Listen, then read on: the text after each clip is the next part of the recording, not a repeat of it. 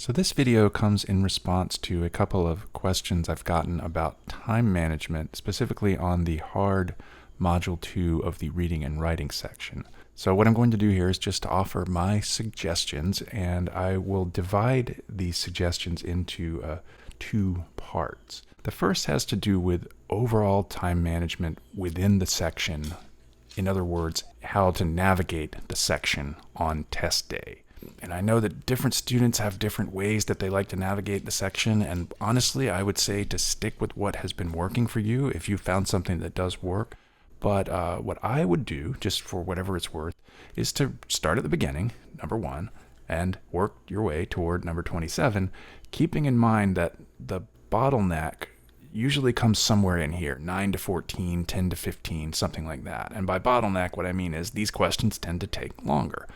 And so if you encounter a question that you can just tell is going to take you a long time, or it seems like it's going to take a long time, bookmark it and move on. I think that's a good thing to do on 2 or 3, maybe 4 questions in this range. Because if you start digging in and trying to answer a question that you realize is taking you longer and longer, and you're not necessarily sure that you're getting anywhere, well, you see that clock ticking and you start to get anxious, and then it's harder to think, and then that can really spiral. So if you bookmark a few of those questions, work your way to the end, and then come back, you'll know how much time you have to devote to those questions. Say you have 6 minutes left and 4 questions left. You've got 1.5 minutes per question, or you could just say, I'm going to try to do 3 of these questions, 2 minutes apiece, and then guess on the other. That's not the end of the world, because I think it's better to focus on, say, 3 questions that you can give the necessary focus to, as opposed to rushing through 4 or 5. Because there are certain questions where trying to go faster just isn't going to help. Okay, but beyond that, I don't think there's any advantage in starting at the end and working your way backwards, or starting with the standard English conventions, because you're overcomplicating things, right? So if you start at the beginning, work your way to the end, and bookmark, I think that's the simplest way to manage your time in a global sense. Now, the other aspect of time management has to do with specific strategies for the various question types. And here is where I'm going to refer you to some other videos in just a second. Although there is one specific strategy that I can go ahead and mention, if you can call it a strategy, and that is simply that you don't need to read names and places and other proper nouns. At least you don't need to read them closely. I mean, I have a student who, in going over some questions together, he'll start sounding out the words, and if he sees an unfamiliar word, such as a Native American name or some other name that is just unfamiliar, he'll start trying to sound it out and get stuck on it. And I'll say, wait, you don't need to read the name. Just say so-and-so or researchers. Those proper nouns are almost never important in terms of answering the question. Focus on the important stuff, identifying the variables, the factors involved in the argument, etc. So that is something that I don't know if I'd call that a strategy, but it is definitely something to keep in mind. But then in terms of the question-specific strategies, I can point to a few recent videos that might be helpful. One of them, in terms of the command of evidence quantitative question here, relevance first, accuracy second, I go through a couple of examples showing how you can use a specific strategy of identifying what I call the relevant variables or factors involved in the conclusion or the statement as a way to quickly filter through the answer choices, potentially eliminating all 3 of the wrong ones, but usually at least eliminating 2 of them. That allows you to focus on, dissecting the remaining options a little more carefully without having to go through and check the accuracy of each statement, which takes time and might not actually get you anywhere. There are examples of command of evidence quantitative questions where all 4 of the answers are accurate relative to the graph, and so if you check the accuracy, you just waste time. On a related note, this video, Focus on the relevant variables, my number 1 tip for sciencey reading passages. Here I'm focusing more on the text-based questions, although there is a graph example toward the end. But once again, really emphasizing the idea that in these sciencey passages, you want to identify the variables or factors involved in the conclusion or the hypothesis or whatever. Because if they mention something in the passage, a potential variable or category that is not part of the conclusion, that becomes something that you can use to filter through and eliminate usually 2 answer choices. Okay, so that is something that can be a quick way, or a relatively quick way, to navigate through these passages. And then a third recent video, this one here, Accuracy Matters, Avoiding a Potential Trap on Rhetorical Synthesis Questions.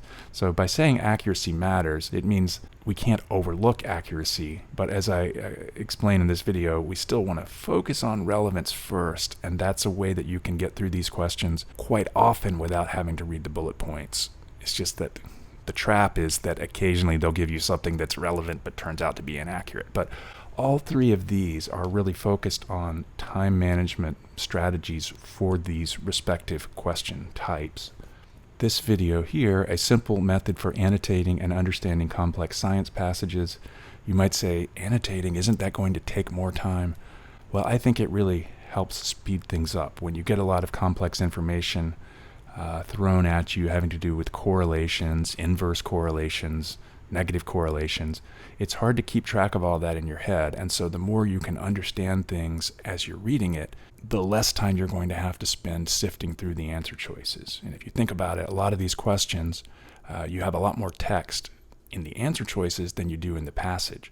So if you understand the passage and know what you're looking for in the answer choices, you're not having to comb through those answer choices one word at a time. It's more like you're scanning for keywords, things to either eliminate or latch onto that are going to relate directly to the conclusion or the hypothesis or whatever.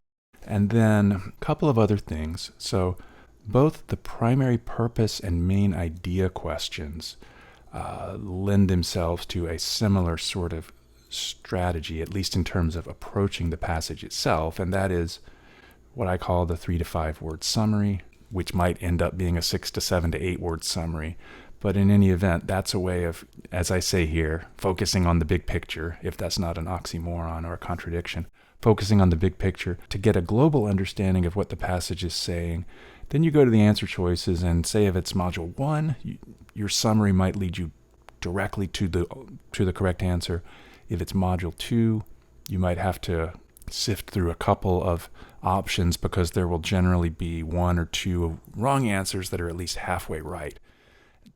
Those are going to take a little bit more time, but still, this gives you a head start on that sorting process. As for the standard English conventions questions, I think those generally tend to be a little quicker anyway, so those aren't such a concern from a time management perspective. But if you're able to recognize, using the answer choices, able to recognize what they're testing, a lot of times that's going to tell you that you just need to read the sentence with the blank.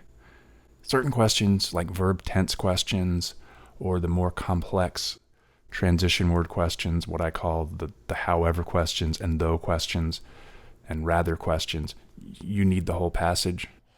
But if it's subject-verb agreement or verb form or a lot of the boundaries questions that involve the hard versus soft punctuation distinction, those can be answered simply by focusing on the sentence containing the blank.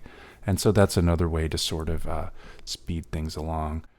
The transition word questions, I think those are ones you want to take your time on, at least in the sense that you want to read the whole passage, focus on the relationship between the ideas that are being connected, identify that relationship, and then go to the answer choices. Because I think on transition word questions, rushing is what tends to lead to wrong answers. So if you're rushing at the end of the section, you don't read carefully enough and you fall into a trap answer. But again, sort of stepping back, there's no magic fix for the time management challenge on Module 2.